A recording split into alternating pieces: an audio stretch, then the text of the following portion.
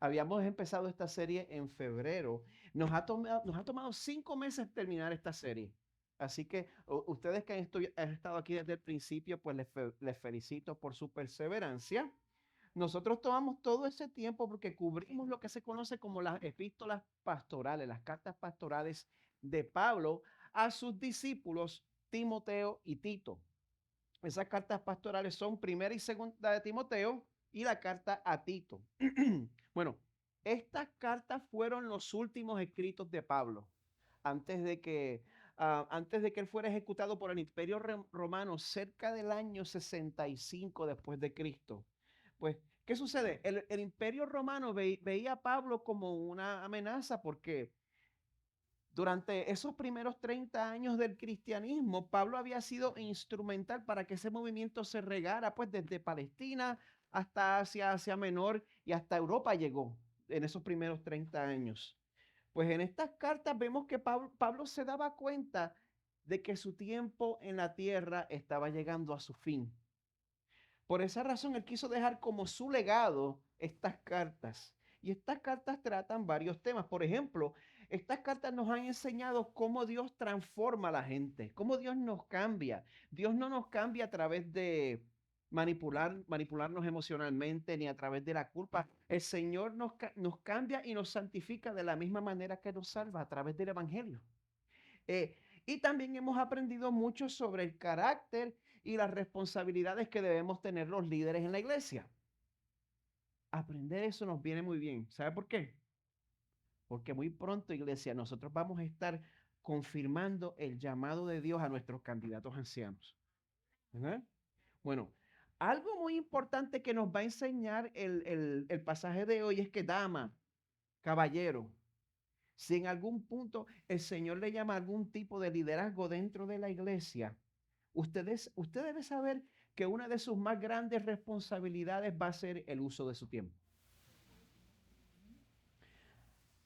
A través de los medios sociales yo me he dado cuenta cómo muchos pastores, la manera en que muchos pastores escogen dedicar su tiempo. O se meten a cazadores de herejías, o se meten a comentaristas políticos, o se meten a críticos de la cultura popular. Todo esto sucede porque, ¿qué sucede? Cuando uno presta atención a los medios sociales, cuando uno presta atención a las noticias, todo se convierte en una batalla cultural. Todo se convierte en un asunto en el cual de momento pues uno tiene que declarar públicamente de qué lado está. Y de momento yo como pastor tengo la responsabilidad de, como dice el americano, micromanage. Tengo que dictarle a usted, por lo menos a la gente de mi iglesia, qué estilo de música se supone que ustedes escuchen. ¿Quiénes se acuerdan de los 80 cuando el rock era satánico? Yo me acuerdo.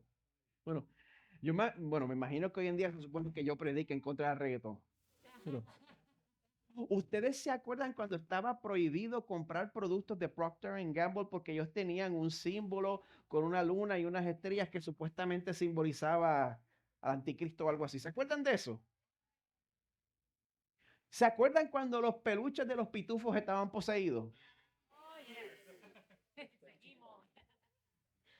Qué bueno que eso ya no pasa, ¿verdad? Seguimos con la misma vaina. Hoy en día se supone que yo le dicte a ustedes si el boicot es a Netflix, a Prime o a Hulu. Sí. Pórtate bien. Se supone que yo le dicte a la iglesia si se supone que vayan a ver a Barbie o Sound of Freedom. Se supone que yo le dicte a la iglesia cuál es el candidato político escogido por el Señor. Pues en medio de todas estas presiones, en medio de todas las exigencias, en medio de todas estas expectativas, mi responsabilidad es hacer buen uso de mi tiempo. Eh, pues, ¿qué sucede? En Tito 3, el apóstol Pablo se dedica a hablar de esto, de las prioridades del ministro.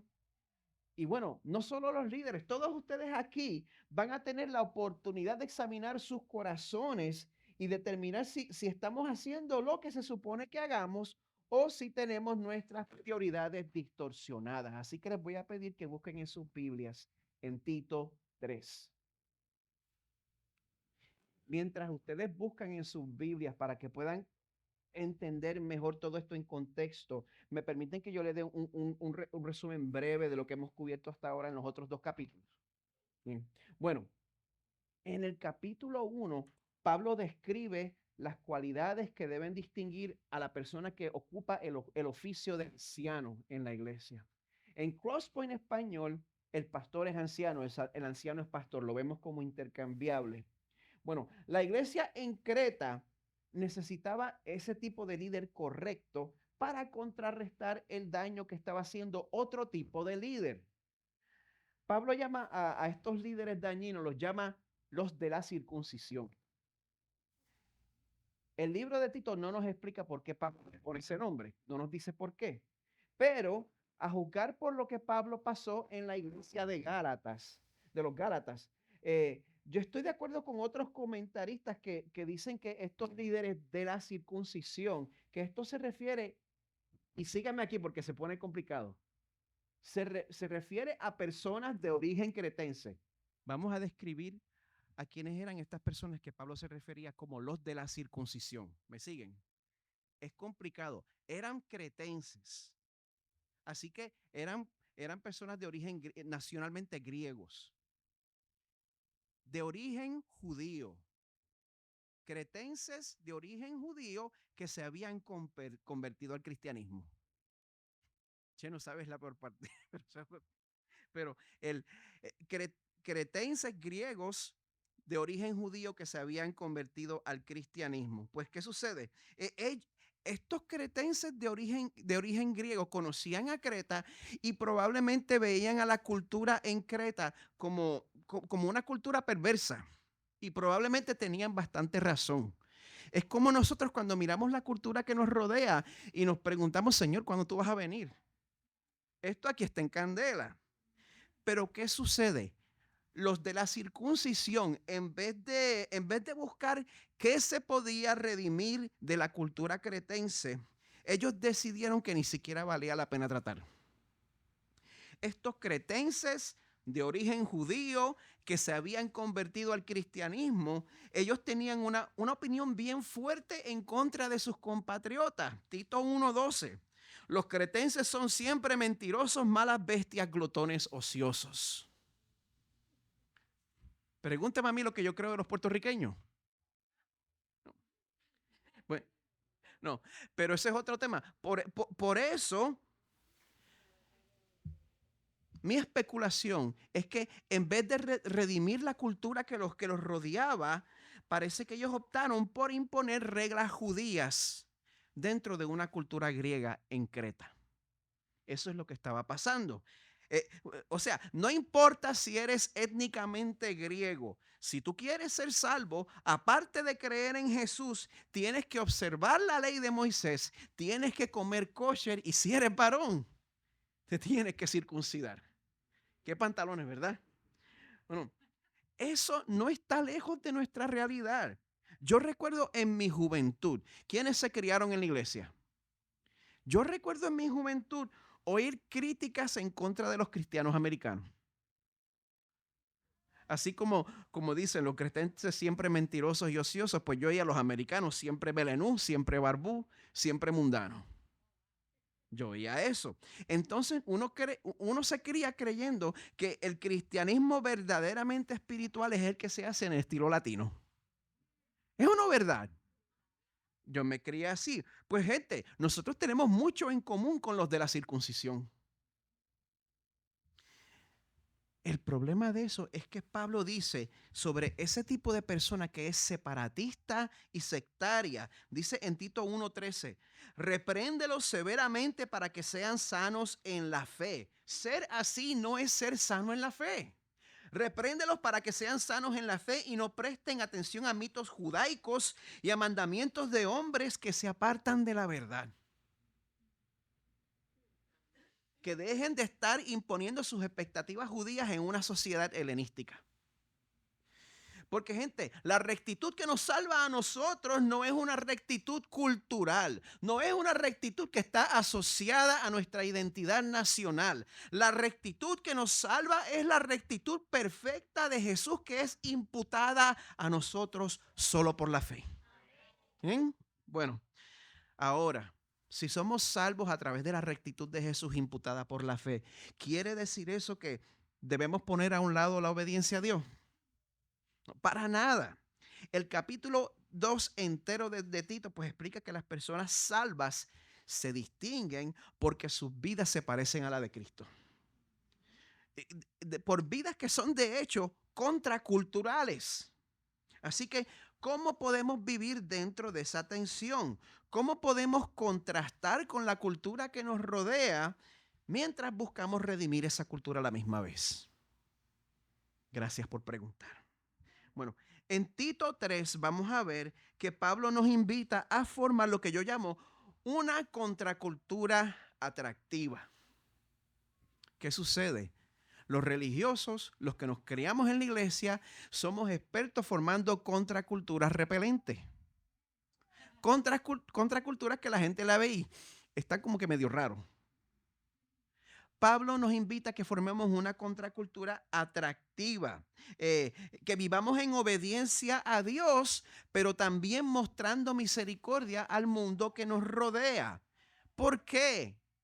Porque hay que mostrar misericordia al mundo que nos rodea, gente, porque Dios nos salvó a nosotros de esa misma manera. Él nos mostró misericordia. Él nos salvó a nosotros cuando éramos pecadores, o como dice Romanos 5:6, porque mientras aún éramos débiles, a su tiempo Cristo murió por la gente decente. ¿No dice eso? No. A su tiempo Cristo murió por los republicanos. No. A su tiempo Cristo murió por los reformados. A su tiempo Cristo murió por los impíos. Si usted quiere recibir la salvación del Señor, usted tiene que aceptar que usted pertenece a esa categoría. Bueno, pues si entonces mi salvación no está basada en mi nacionalidad, en mi cultura o en mi política, pues entonces el capítulo 3 de Tito nos va a dictar a nosotros, nos va a decir a nosotros, a Crosspoint Español, ¿qué tipo de prioridades debemos tener si en verdad nosotros queremos apuntar nuestras comunidades hacia Jesús? Así que quiero invitarles a que leamos juntos el capítulo 3 de Tito. Estoy leyendo de la Nueva Biblia de las Américas. Dice así la palabra del Señor.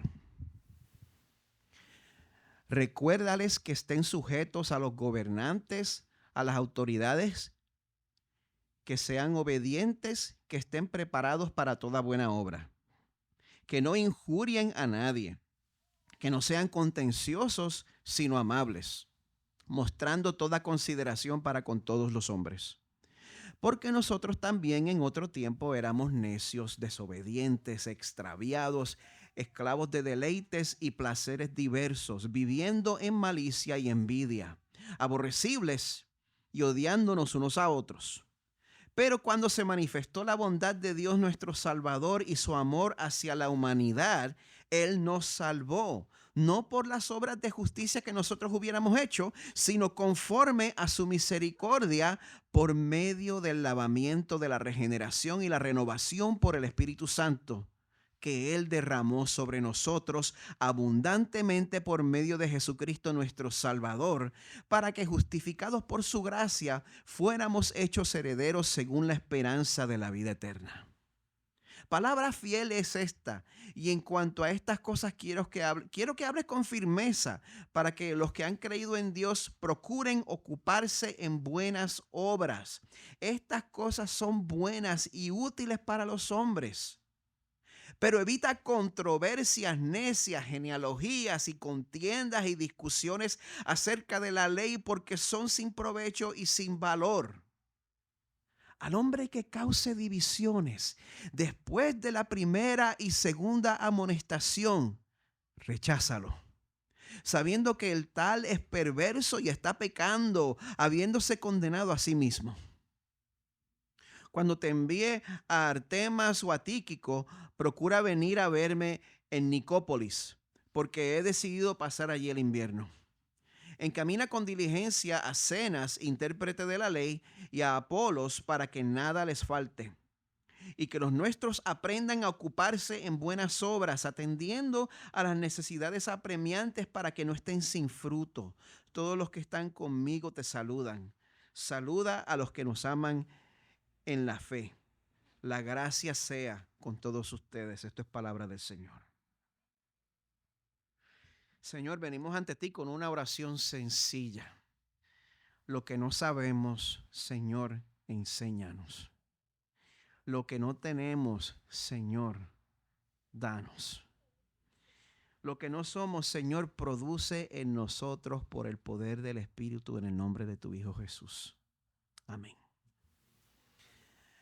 Ser pastor es un desafío porque es una posición tan amplia que inevitablemente pues yo termino haciendo trabajos en los cuales yo me siento completamente incompetente. Yo no sé cuántos pastores le confiesan esto, yo se lo voy a confesar. Uno termina haciendo cosas que uno dice, wow, esta no es mi área yo no soy experto en esto. Y yo creo que ya la mayoría de ustedes me ha oído quejarme porque nuestro nuevo año fiscal comienza en el mes de septiembre y eso significa que me toca trabajar en el bendito presupuesto de la iglesia. No se preocupe. El hecho de que yo no disfrute trabajar en el presupuesto, pues eso no quiere decir que yo no lo esté tomando en serio. Yo he reclutado personas de esta iglesia para que me ayuden a completar esa labor con excelencia y con transparencia. Ahora, el punto que yo estoy tratando de hacer es que cuando uno tiene que hacer algo que no quiere hacer, pues uno hace todo menos eso. Uno busca cualquier pretexto para envolverse en cualquier otro tipo de trabajo, porque en último análisis, pues yo estoy evitando hacer lo que tengo que hacer. Y no me miren con esa cara tan religiosa porque me están empezando a preocupar. ¿Hay alguien más aquí que sea como yo? Ok, más de 5 de ustedes. Pues, ¿qué sucede? A fin de cuentas, lo que uno tiene que darse cuenta de que uno tiene un deber y que hay un trabajo que hay que completar.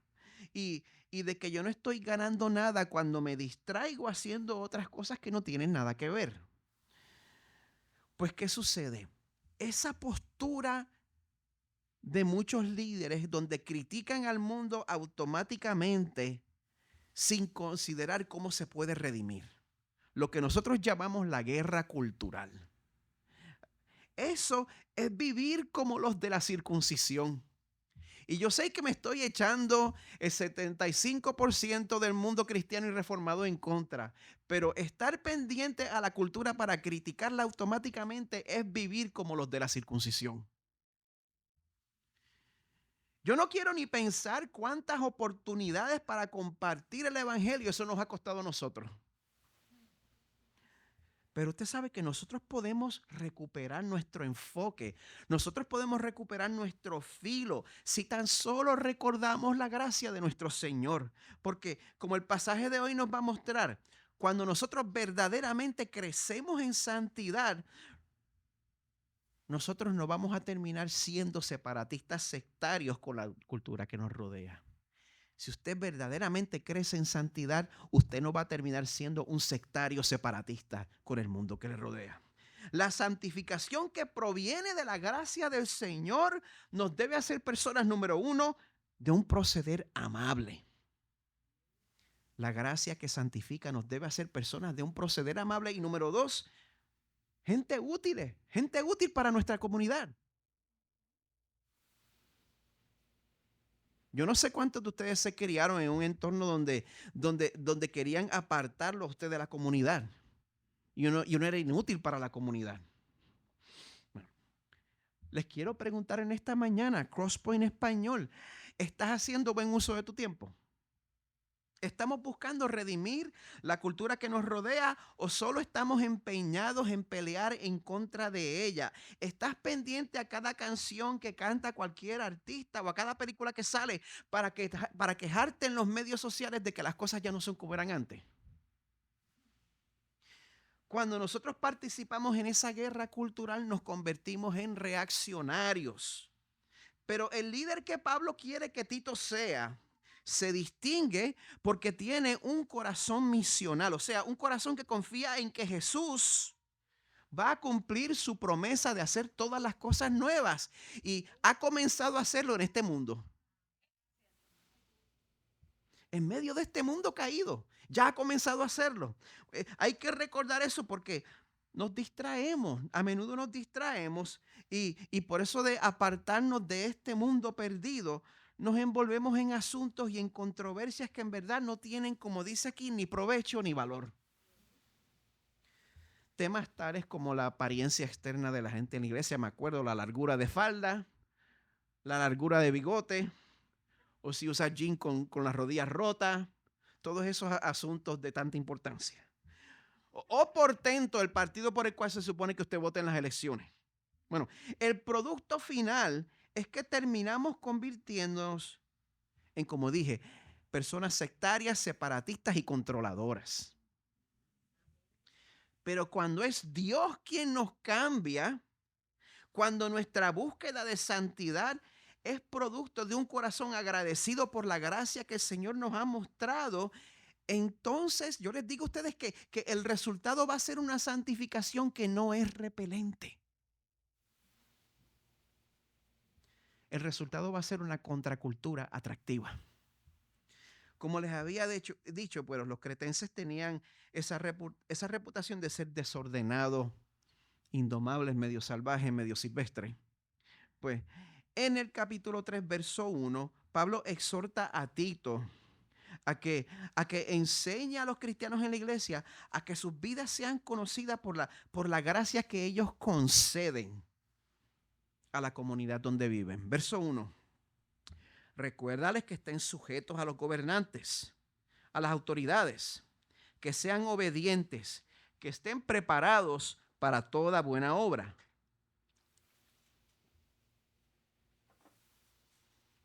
Hoy en día está de moda practicar la desobediencia civil por cualquier tipo de inconveniencia. No me refiero a cuando es justificado, pero cuando te dicen que practiques desobediencia civil por cualquier tipo de inconveniencia.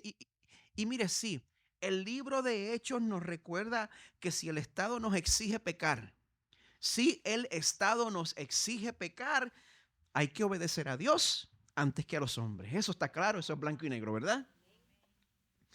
Pero si ese no es el caso, si el Estado no te está exigiendo pecar, entonces a los que somos parte del pueblo de Dios se nos debe conocer por ser buenos ciudadanos.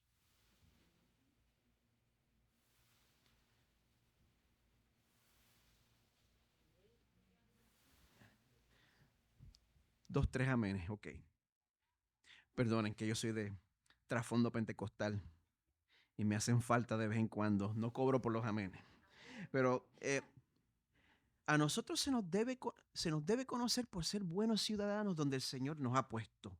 Mire, un área en específico, permítame pensar en un ejemplo en específico, en el cual nosotros podemos brillar por nuestro comportamiento diferente. Cuando le llegue esa carta que dice en inglés jury duty, cuando se le llama a participar como jurado en un juicio, ¿cómo respondemos a eso? ¿Nos tratamos de zafar de la responsabilidad? Si no hay de otra y hay que cumplir, ¿con qué actitud lo hacemos? Lo hacemos con la misma actitud negativa que van a tener los otros 11 allí. Nosotros debemos bendecir a nuestras comunidades con nuestras acciones, con nuestras actitudes y también con nuestras palabras. El verso 2 dice, a los que son parte de la iglesia, que no injurien a nadie, que no sean contenciosos, que no sean contenciosos, que no sean contenciosos, que no sean contenciosos. Eso está escrito ahí. Sino amables, mostrando toda consideración para con los que creen como yo, para los que están de acuerdo con mi teología, para con todos los hombres. Esta expectativa está particularmente en contra de la cultura de nuestros tiempos. Esto es contracultural. Porque el comportamiento de muchos supuestos cristianos en las redes sociales es 180 grados opuesto a esto.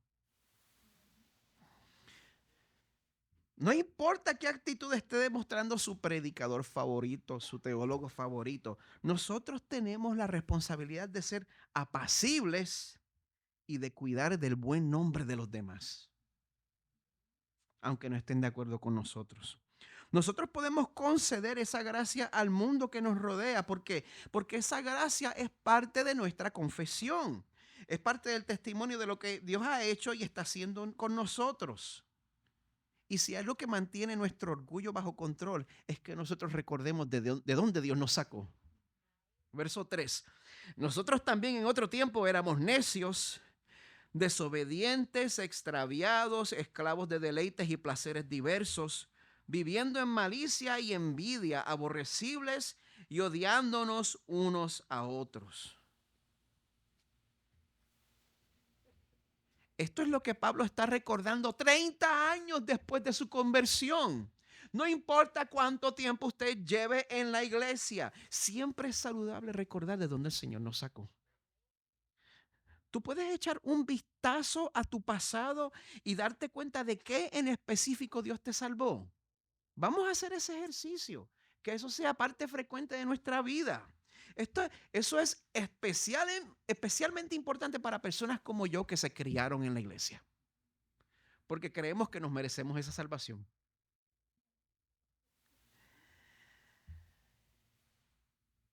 La causa de nuestra unión con Cristo no es por nuestra moralidad, no es por nuestra piedad, no es por nuestra fuerza de voluntad. Como dice el verso 4, fue cuando se manifestó la bondad de Dios nuestro Salvador y su amor hacia la humanidad que Él nos salvó.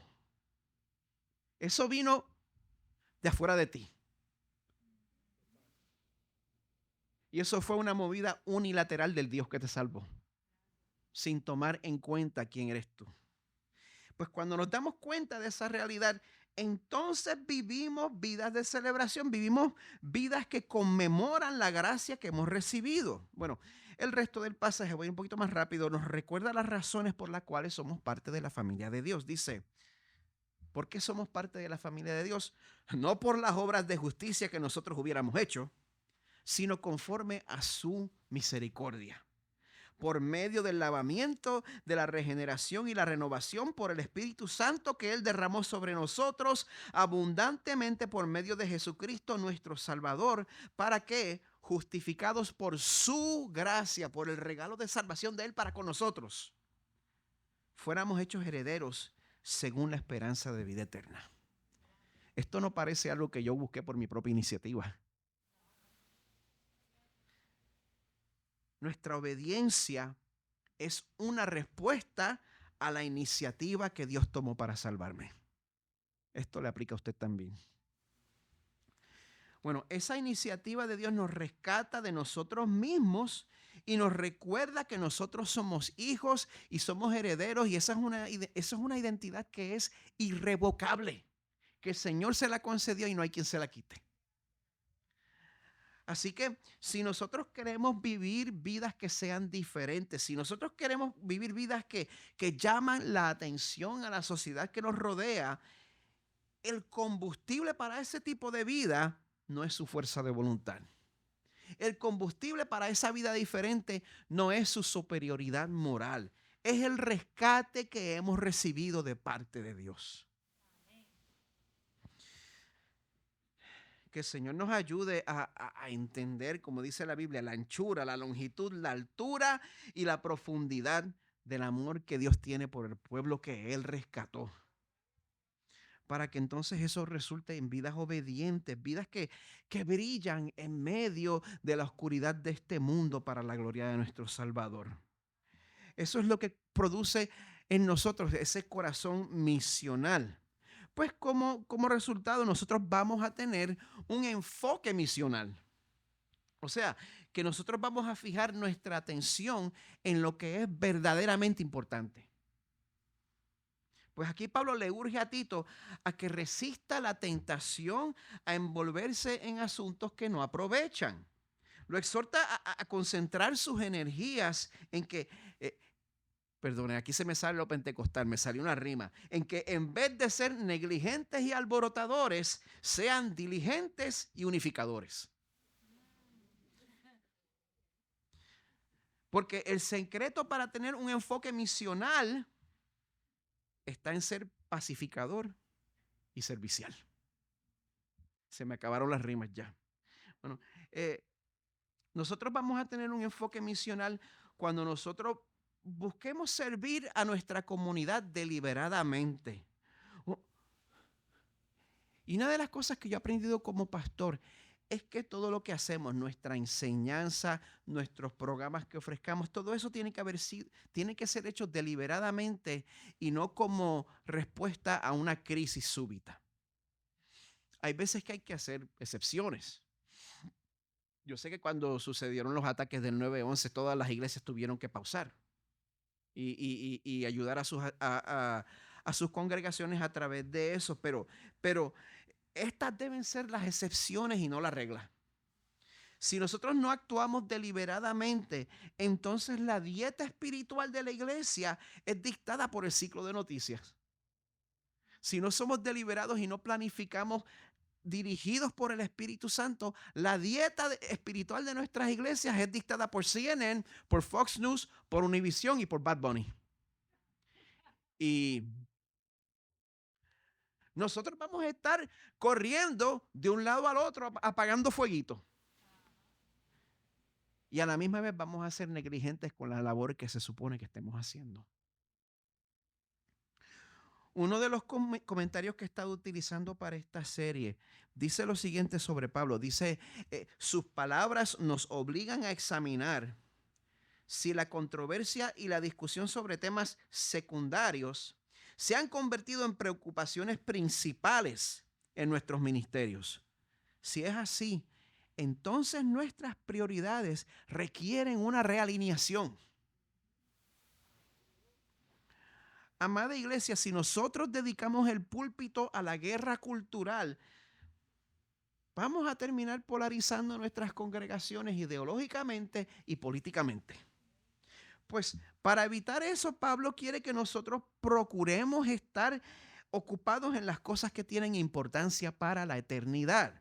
Verso 8, palabra fieles está en cuanto a estas cosas quiero que hables con firmeza, para que los que han creído en Dios procuren ocuparse en buenas obras.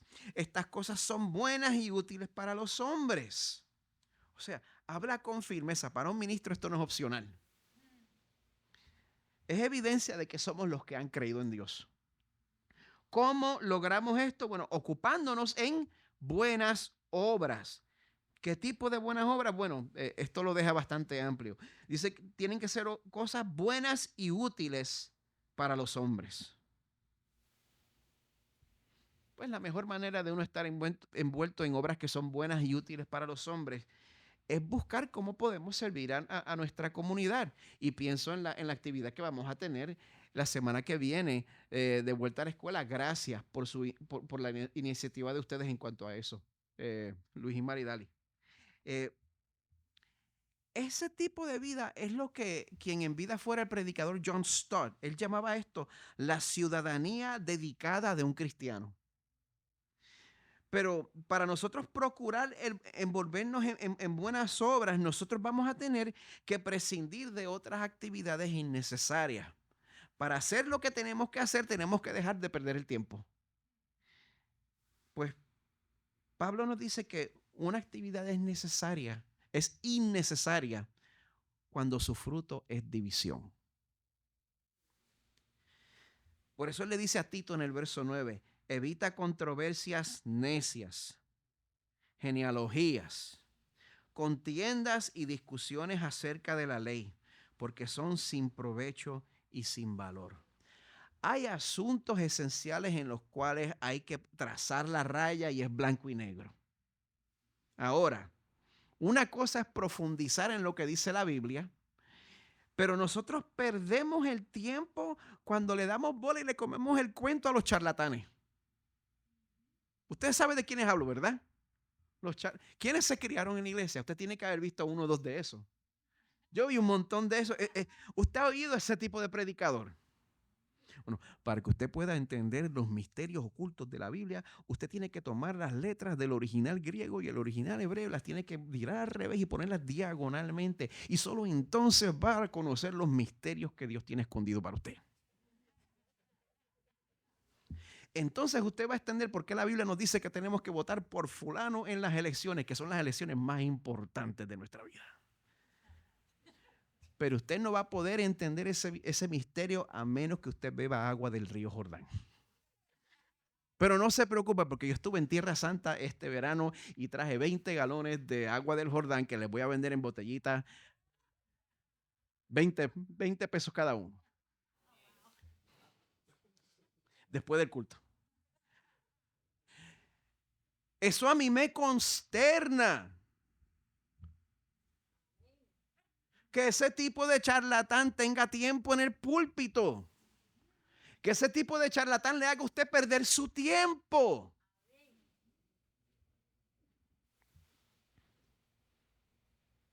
Cuando hacemos eso, número uno, nosotros repelemos a la gente que se dan cuenta que son unos vividores. Perdemos el respeto. Y, y otra cosa que está sucediendo es que en círculos evangélicos estamos permitiendo que se formen divisiones innecesarias por asuntos de doctrina secundaria y política. Por asuntos que en último análisis, como dices, terminan siendo sin provecho y sin valor. Gente, ¿Dios toma esto en serio? ¿Esto no es invento mío?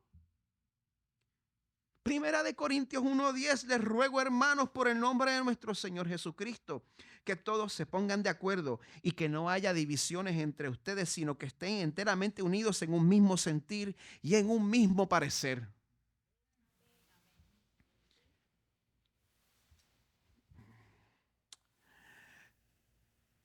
Yo hice la salvedad. Hay razones por las cuales se hace esencial e inevitable trazar líneas de división. Hay razones para eso. De ahí es que han salido los concilios históricos que han clarificado la doctrina de la cristología. De ahí es que salió la reforma. Pero la receta en contra de personas que causan divisiones innecesarias por asuntos secundarios, bueno, es severa, pero es clara. Versos 10 y 11. Al hombre que cause divisiones, al hombre que cause divisiones por asuntos secundarios, por cosas que no importan, después de la primera y segunda amonestación, recházalo. La Biblia nos manda a practicar el ostracismo con la persona divisiva. Le voy a dar 15 segundos para que usted dijera eso.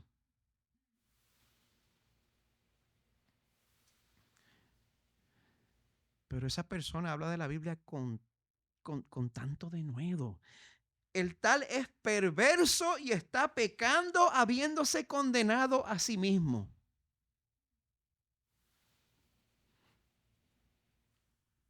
Si la persona rehúsa arrepentirse, por más piadoso que parezca, por más de buena doctrina que parezca ser, la palabra de Dios dice de una manera muy clara que hay que rechazar ese tipo de personas, porque solo prescindiendo de ellos es que podemos cumplir nuestro propósito como comunidades de redención y de sanidad.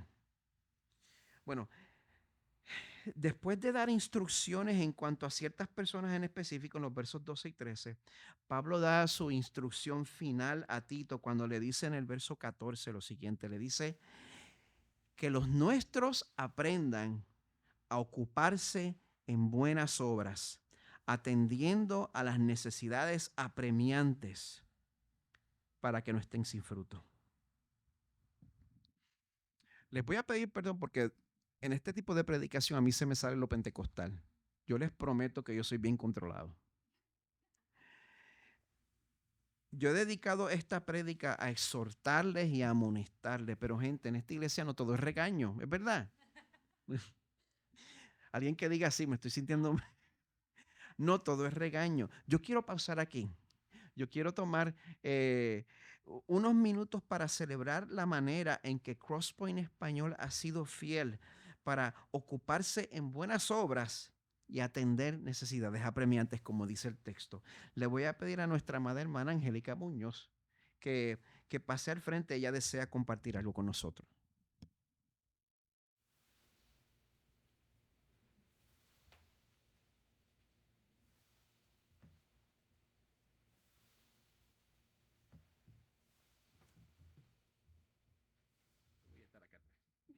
Bueno, ¿cuánto tengo?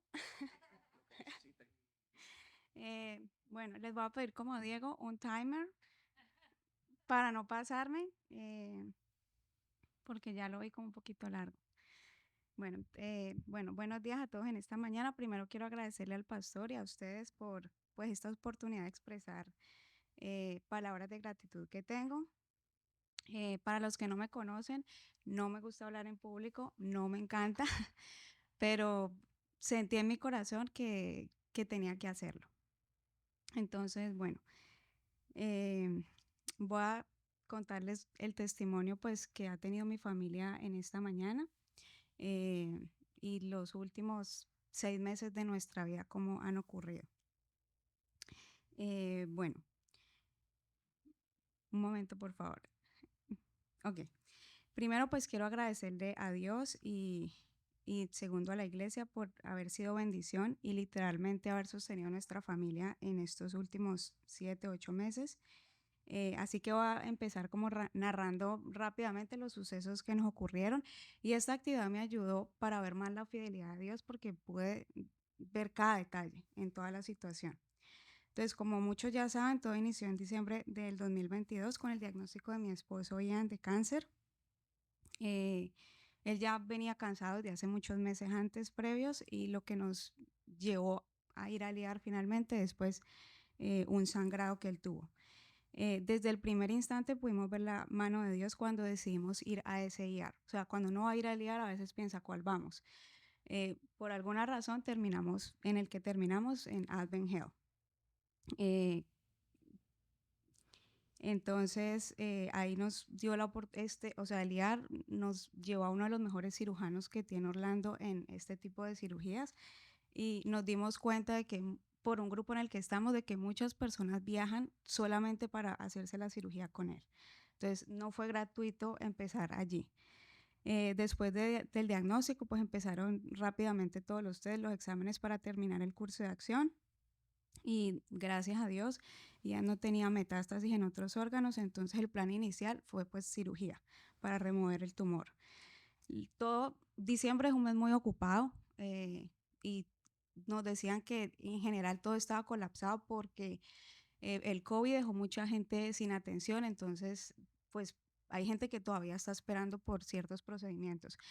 Ahí desde el primer momento él lo diagnosticaron y a la semana siguiente ya le programaron la cirugía.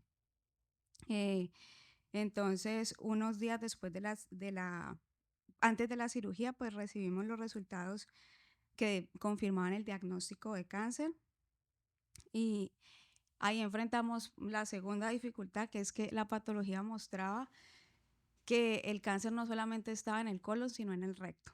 Y si era así, pues el plan de acción cambiaba completamente. El cirujano nos dijo que pues esos errores no ocurrían mucho, pero que podía ser que la muestra estaba contaminada. Entonces, ahí pues desde el principio ustedes saben que yo he pedido oración por todo. Finalmente, el cirujano, como les digo, él es una persona muy ocupada y nos dijo, yo mismo quiero hacerle el procedimiento para confirmar. Sacó el tiempo y 2 días después Ian se le repitió otro procedimiento y confirmaron que la muestra estaba contaminada y que no había en el recto. Entonces, ahí vimos pues también la mano de Dios. El plan continuó y la cirugía de Ian pues fue programada para un martes. El fin de semana previo a la cirugía, Ian me pidió que me hiciera una prueba de embarazo. Para los que no saben, nosotros llevamos como año y medio buscando segundo bebé, pero pues desde lo que el diagnóstico de Ian, eso se borró de mi cabeza, y él me dijo que por favor que lo hiciera. Y yo accedí solo por él. Y pues me hice la prueba y efectivamente salió positiva. No tenía ni siquiera 4 semanas, y pues Dios ha sostenido esta vida porque yo no estaba pues emocionalmente bien. y también Dios ha sostenido, pues no solamente dio vida, sino que la sostuvo y en un momento en el que menos esperábamos. Em, el día de la cirugía pues llegó, todo salió muy bien, el cirujano se tomó el tiempo para hablar conmigo, para darme tranquilidad y pues me confirmó que había sacado todo el tumor.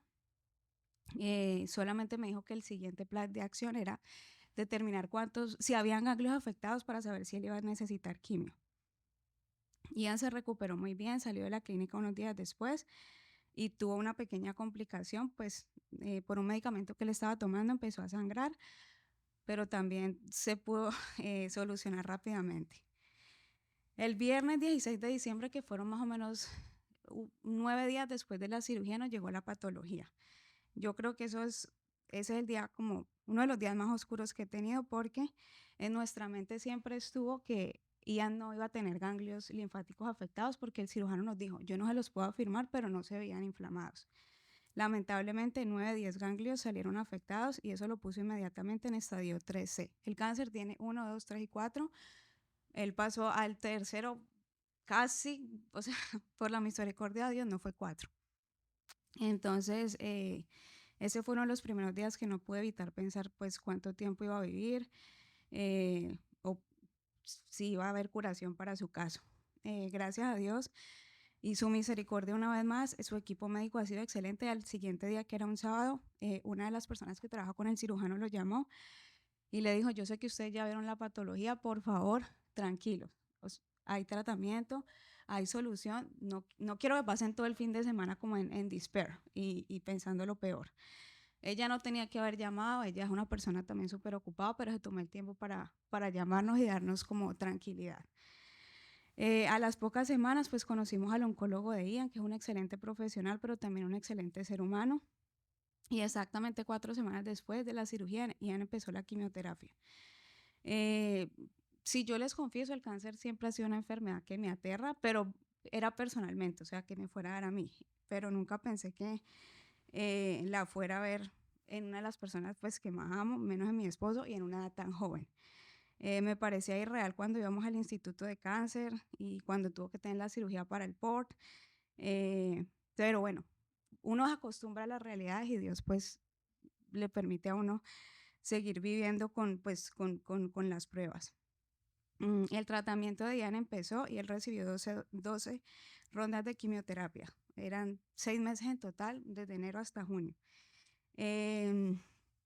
Cada 2 semanas pues nos tuvimos que acostumbrar a que él estaba cansado, que había que dejarlo descansar.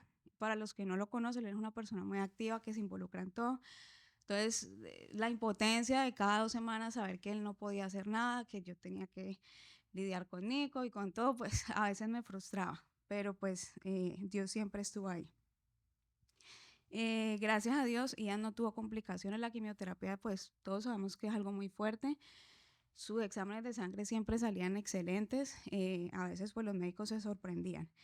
Pero en marzo tuvimos otro pequeño inconveniente y es que Ian tuvo una microperforación en el colon y entonces pues tuvo que ir otra vez a liar.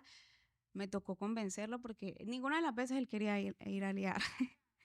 Pero pues yo le dije, tienes que ir. Bueno, él me dijo, no quiero porque los IAR son llenísimos, siempre hay que esperar. Yo le dije, ve, yo me quedo orando para que el IAR esté vacío. Él llegó allá y me dijo, el IAR está casi vacío. Lo atendieron inmediatamente y pues exámenes confirmaron que tenía la microperforación. Los médicos que lo vieron primero le dijeron que lo más seguro es que le iba a necesitar otra cirugía y se me olvida el nombre de la cirugía, pero es cuando abren y tienen que poner una bolsa para permitir que el colon pueda sanar. Él siempre ha tenido miedo a esta cirugía, no la quería, pero pues, o sea, siempre dijimos lo que Dios quiera y lo que él tiene que vivir. El cirujano vino al otro día y le dijo, yo no te voy a hacer ninguna cirugía, no es mi acercamiento, yo te voy a dejar sanar y tengo o sea, sé que los antibióticos te van a sacar de esto. Así fue, ella no necesitó la cirugía y ni siquiera tuvo que interrumpir las quimioterapias, su colon sanó muy bien. Bueno, y para terminar pues con la parte de Ian, hay un examen que se hace que se llama ctDNA, que es para ver si hay cáncer circulando en la sangre, incluso antes de que un scan pueda haber. Ya nos habían dicho que el primer ctDNA podía salir positivo porque acaba de pasar cirugía. Desde el principio su ctDNA fue negativo, eh, algo que, o sea, para mí todo ha sido Dios el que ha intervenido. Entonces, bueno, la segunda parte de nuestra historia viene con Nico. Esta la voy a resumir más. A finales de mayo, cuando Ian estaba ya casi a un mes de terminar la quimioterapia, Nico se nos enfermó y estuvo hospitalizado. Pensamos que era un simple strep que se había complicado, pero días después terminamos otra vez en el IAR y nos diagnosticaron que tenía HSP. Para los que no saben qué es HSP, es como un trastorno que hace que los vasos sanguíneos de la piel y las articulaciones se revienten. Es un desorden autoinmune y es demasiado doloroso.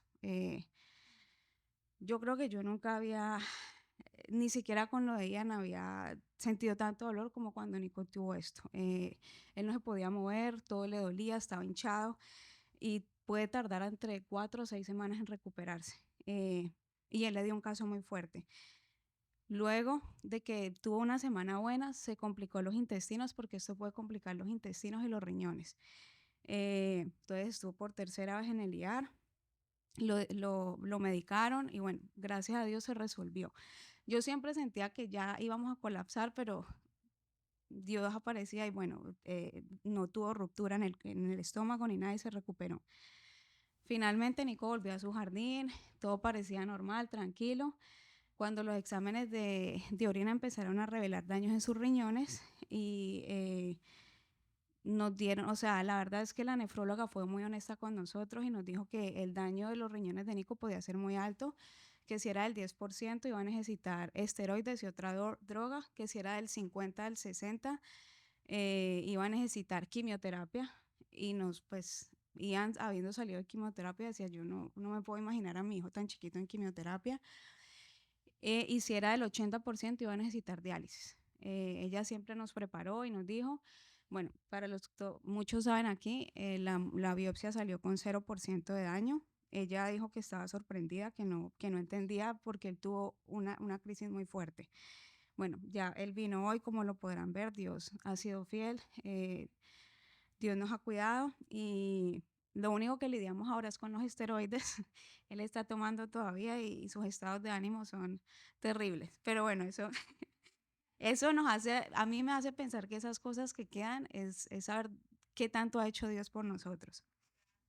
Bueno, entonces, ¿qué quiero decir yo con esto? Las oraciones y la iglesia. Lo más difícil cuando estas situaciones llegan, o para mí en particular, yo no soy de aquí, yo vengo de Colombia. Tengo una familia muy grande, mi mamá tiene 8 hermanos, mi papá 7 y mi papá 6 y siempre nos apoyamos en todo. Yo me sentí completamente sola al principio, mi mamá vino por un tiempo, pero ella no se podía quedar y ahí es cuando Dios no se equivocó en ponerme en esta iglesia. No voy a negar que a veces me daba pena poner tantas veces como peticiones y peticiones y peticiones, pero no sé qué hubiera hecho sin la iglesia. Eh, Ellos fueron mi familia en esos momentos y estoy hablando de sus oraciones nos levantaban, a veces yo no sabía cómo orar, el llevarnos comida, una persona aquí se ofreció a lavarme la ropa que todavía, eh, no sé, o sea, tenía que ser humilde y aceptar todo este tipo de, o sea, de manifestaciones de amor. O el solo hecho de que pensaran en nosotros o que nos preguntaran ya era suficiente. Entonces, gracias por acompañarnos en estos tiempos.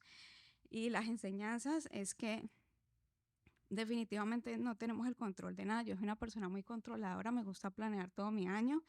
Tuvimos que cancelar 3 viajes eh, y entender que yo tuve que decir, Dios, o sea, no tengo el control de nada en estos momentos. Yo soy una persona que siempre pienso en el peor panorama. Gracias a Dios, ya no es así.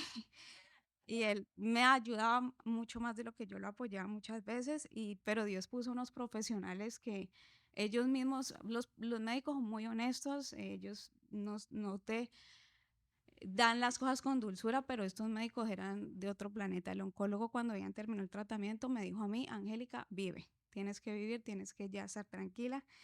y el cirujano también siempre fue un excelente ser humano. Entonces, Dios sabe lo que necesitamos. Y eso me acuerda de Corintios 10:13, que dice que no hemos pasado por una prueba más grande que podamos soportar y que Él nos va dando la salida. Él sabía lo que necesitábamos.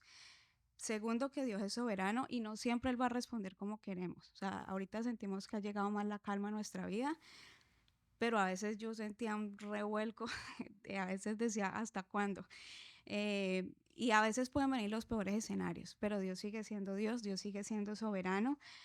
Y eso también me acordaba que, o sea, Él siempre estuvo ahí, Él nunca dejó de estar y yo lo podía ver.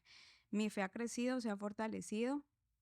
Y también me acuerdo una vez más que nuestro paso por esta tierra es tan pasajero. O sea, si pase lo peor, que yo siempre pensaba que es lo peor, pues que pierda a mi hijo, que pierda a mi esposo, pues igual lo que estamos aquí de paso y va a llegar un momento en el que todos vamos a partir. Y Apocalipsis 21:4 dice, enjugará Dios toda lágrima de los ojos de ellos, ya no habrá más muerte, no habrá más llanto, ni clamor, ni dolor, porque las primeras cosas pasaron. Entonces, bueno, ese era como el testimonio. Yo sé que a muchos les sirven estos testimonios. Yo en 2 semanas ya, si Dios quiere, eh, llegamos a otro desafío, pero ya diferente. El bebé llega y yo, pues mi oración ahorita es que Dios me dé paz, porque siempre estoy pensando, y sí, pero ya tengo que descansar y gracias a la iglesia. De verdad, yo les digo, no sé qué hubiera hecho sin la iglesia.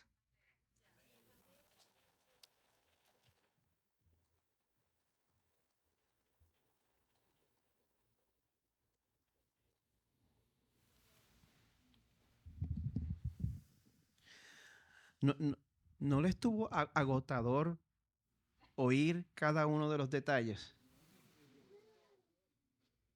¿Cuándo va a terminar?